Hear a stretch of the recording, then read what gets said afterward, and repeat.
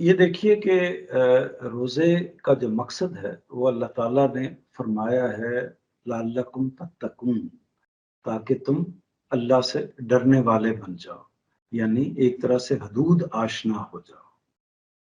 तक़वे का नतीजा तज़किया नफ्स है। यानी रोज़े से तक़वा, आपने पूछा कि रोज़े से तक़वा कैसे हासिल, रोज़े से तज़किया कैसे हासिल होता है? तो रोज़े से असल में तक़वा हासिल होता है। तक़वे का क्या मतलब है कि अल्लाह ताला के हुदूद में आ जाना, अल्लाह ताला के अहकामात के अंदर आ जाना।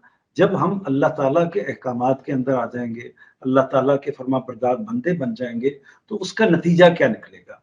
यानी तमाम मामलात में हम इबादत में अल्लाह ताला के बंदे बनकर रहते हैं, हम अमाल में, बाकी चीज़ों में अल्लाह ताला के बंदे बनकर रहते हैं, दूसरों के हुकूक देने में, दूसरों के साथ मामलात करने में, अपने घर के अंदर, अपनी रियासत के अंदर, अपने हम कौमों के अंदर, बाकी तमाम जगहों पर उन अखलाकियात का लिहाज करते हैं जो हमारी फितरत के अंदर मौजूद हैं, जो अल्लाह ताला ने हमें एक तरीके से हमारे अंदर भी दी हैं और अल्लाह ताला के रसूलों ने उनको मज़ीद तज़कीर के तौर पर हमारे सामने रखा है।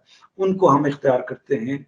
यही चीज़ है जिसको असल में पाकीज़ा करना होता है। यानी हमारे अखलाक इसी वजह से तो पाक होते हैं कि हम जो बद अखलाकी की आलाइशें हैं, उनको हम उन चीज़ों से पाक कर लेते हैं।